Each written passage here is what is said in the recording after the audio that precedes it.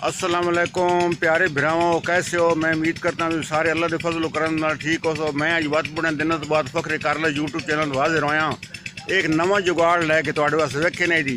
हुण पता ही सानू ही कोई नहीं भी ना के ये हुण तुसीं कमेंट ही सानू दसना कि ना के ते आ जिहड़े मेरे भाई खलोते ने जी यसरब ये फार्मूले ना तैयार होया ते हुण तुहानू चला के विखाने ने हुण चलदा किस तरह वेख्या है। ये विच ते के चीज़ पा रहे हो जी? जरा दस दे। बरूद है। बरूद है जिन्हों आते हैं जी कारपेट वो पर जा रहे हैं जी पानी पाने वास्ते नलके के उत्ते और पानी पा के उस ना जी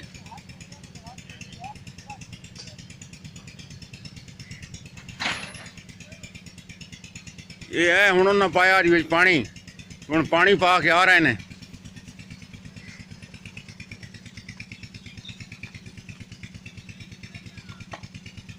हाँ जी कारपेट पै गया बिच।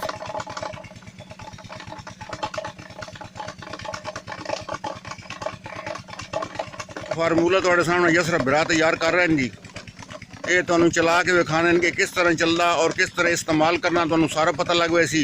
वीडियो पूरी वेखो तो इंशाअल्लाह तुहानू मज़ा आउसी और तुहानू इस फार्मूले का पता चलो सी कि क्या फार्मूला है।